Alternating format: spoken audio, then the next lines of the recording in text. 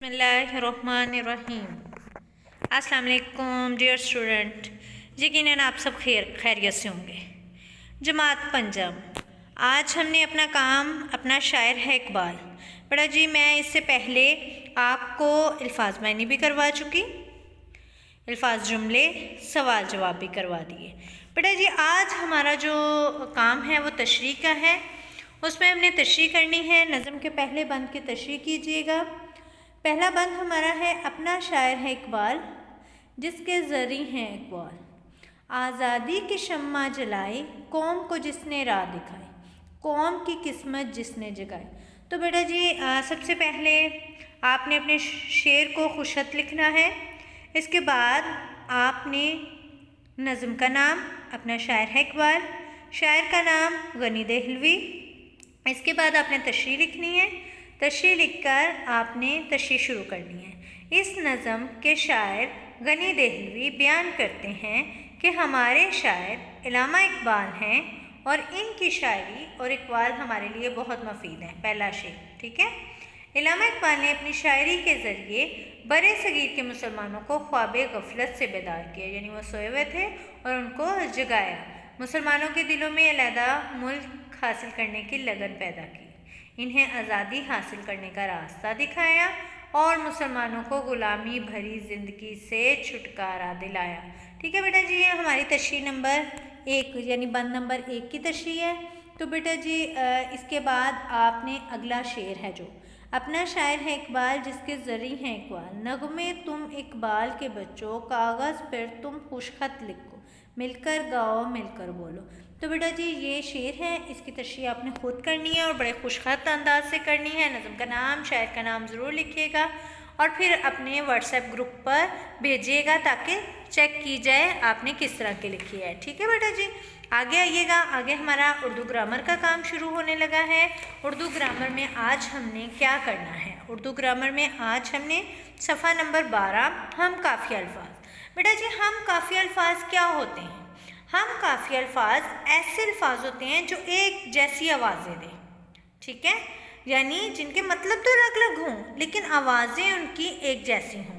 जैसे हाक, पाक, नाक, धाक, सबकी आवाज़ें एक जैसी हैं ना। सबके एंड पे का साउंड भी आ रहा है, अलिफ और काफ का इस्तेमाल हो रहा है, ठीक है। तो इसी तरह हमने चंद अल्फाज दिए हैं, उन अल्फाज को आपने देखकर उनके हम काफ़ी अल्फाज 3-3 बनाने हैं।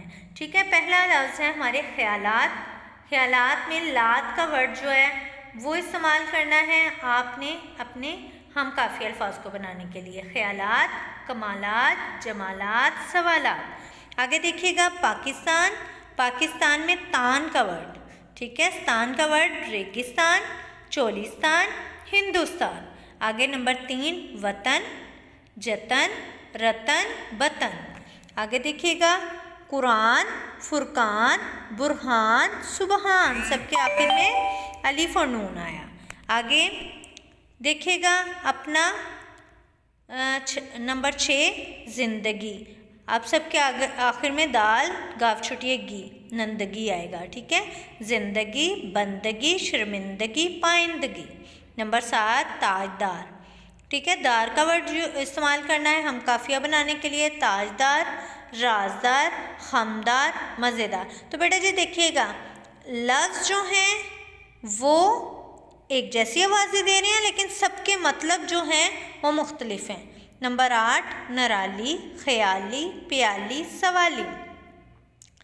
नंबर 9 बनाया, हंसाया, रुलाया और खिलाया। नंबर 10 मकां, ज़बां, आसमां और समा।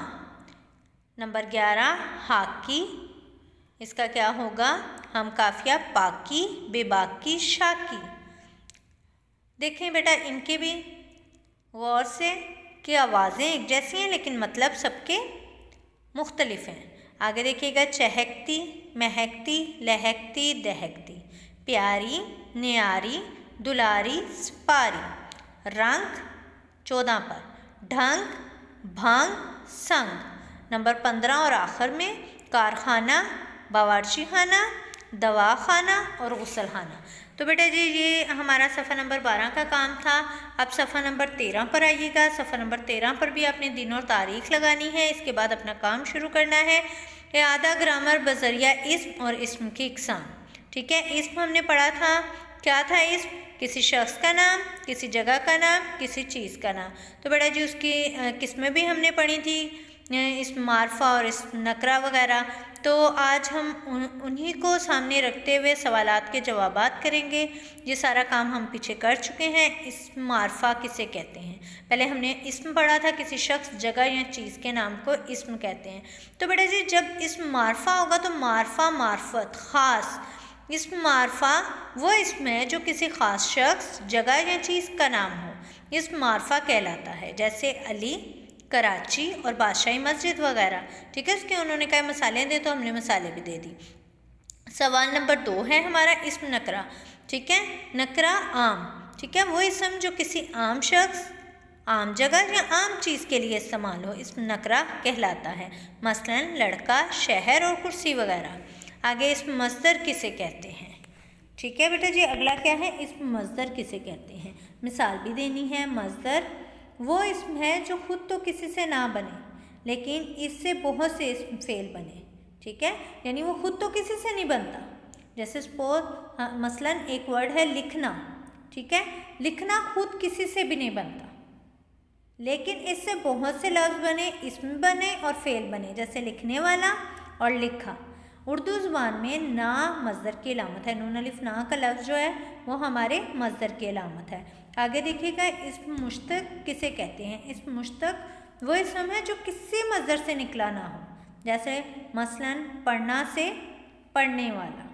ठीक है, आगे देखिएगा, इस्म जामिद वो इस्म है जो ना खुद किसी से इस्म से बना हो, यानी किसी भी नाम और फेल से ना बना हो, और ना इससे कोई दूसरा इस्म बने, ये एक ही हो, अकेला ही हो। जैसे मसलन ईंट। अब ईंट से तो कोई लफ्ज़ नहीं बन सकता, हम कुछ भी नहीं बना सकते। इसी तरह दरख्त, दरख्त से भी कुछ नहीं बना सकते।